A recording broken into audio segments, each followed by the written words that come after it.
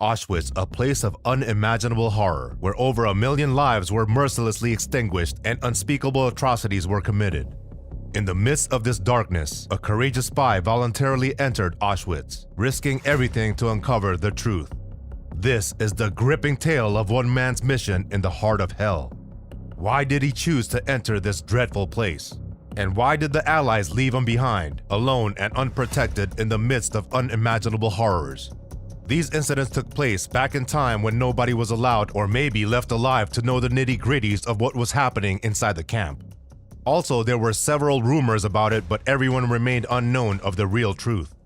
Therefore, a spy was mandatory to bring the realities forward in front of the whole world. That man was witold pilecki. But let's delve into who was the spy and what did he find. In 1940, 39-year-old witold pilecki, a veteran of the Polish-Soviet War, offered to work in the concentration camp.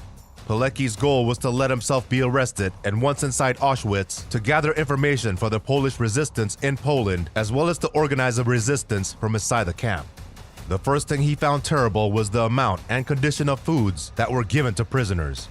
The food was so lacking in quantity and were given with an intention for the death of prisoners in less than 6 weeks. It was obvious that if someone survived more than 6 weeks, they were called thieves who stole food in order to survive a day or longer. Pilecki was driven by a strong mix of unwavering determination, patriotism, and a deep-seated desire to show how the Nazis were cruel. Infiltrating the concentration camp Auschwitz was a difficult job that required careful planning, courage, and a strong commitment to the cause. The spy got into the heart of darkness by using a mix of clever lies, fake documents, and a good cover story. Pilecki used the name Serafinsky when he was booked. He wasted no time after entering the facility in establishing a communication system among the convict population.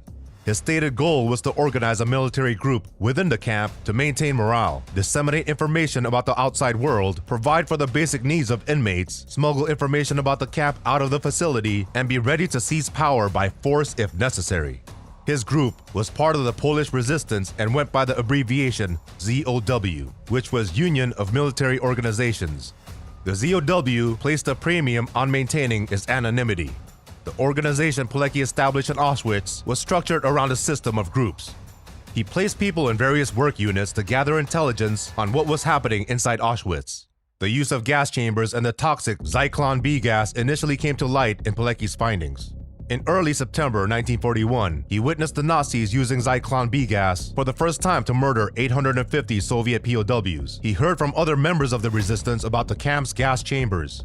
At one point, ZOW noted over 1,000 a day from the new transports were gassed. Pilecki's network of resistance fighters inside the camp had convinced him that with help from the Allies and the Polish underground, they could seize control for a brief period of time and escape. He expected that weapons would be dropped from the sky and that Allied troops would storm the camp. But the Allies never intended to launch such an operation, and the Polish underground in Warsaw was unwilling to launch an assault because of the high number of German forces in the area. Pilecki couldn't count on anyone's support. Pilecki told no one in 1943 that the Nazi guards were killing ZOW resistance members in an organized way. Then Pilecki planned his escape in early 1943. After achieving his goal of creating a resistance within the camp, he decided to wait for a Polish resistance attack to rise up from within. Due to Gestapo camp security, Pilecki lost numerous trainees and finally escaped on April 13, 1943, but was soon captured. Pilecki put his life in danger to sneak messages to the Allies after spending nearly 3 traumatic years inside the camp. 3 long years spent under horrific circumstances in Auschwitz. However, his plot for liberation failed, and he was caught in 1944 during the Warsaw Uprising. He was kept again in a different camp after the war ended, so there was no respite. Afterwards, he was sentenced to death and executed. How long do you think you would have survived if you were in Pilecki's shoes? Leave a comment.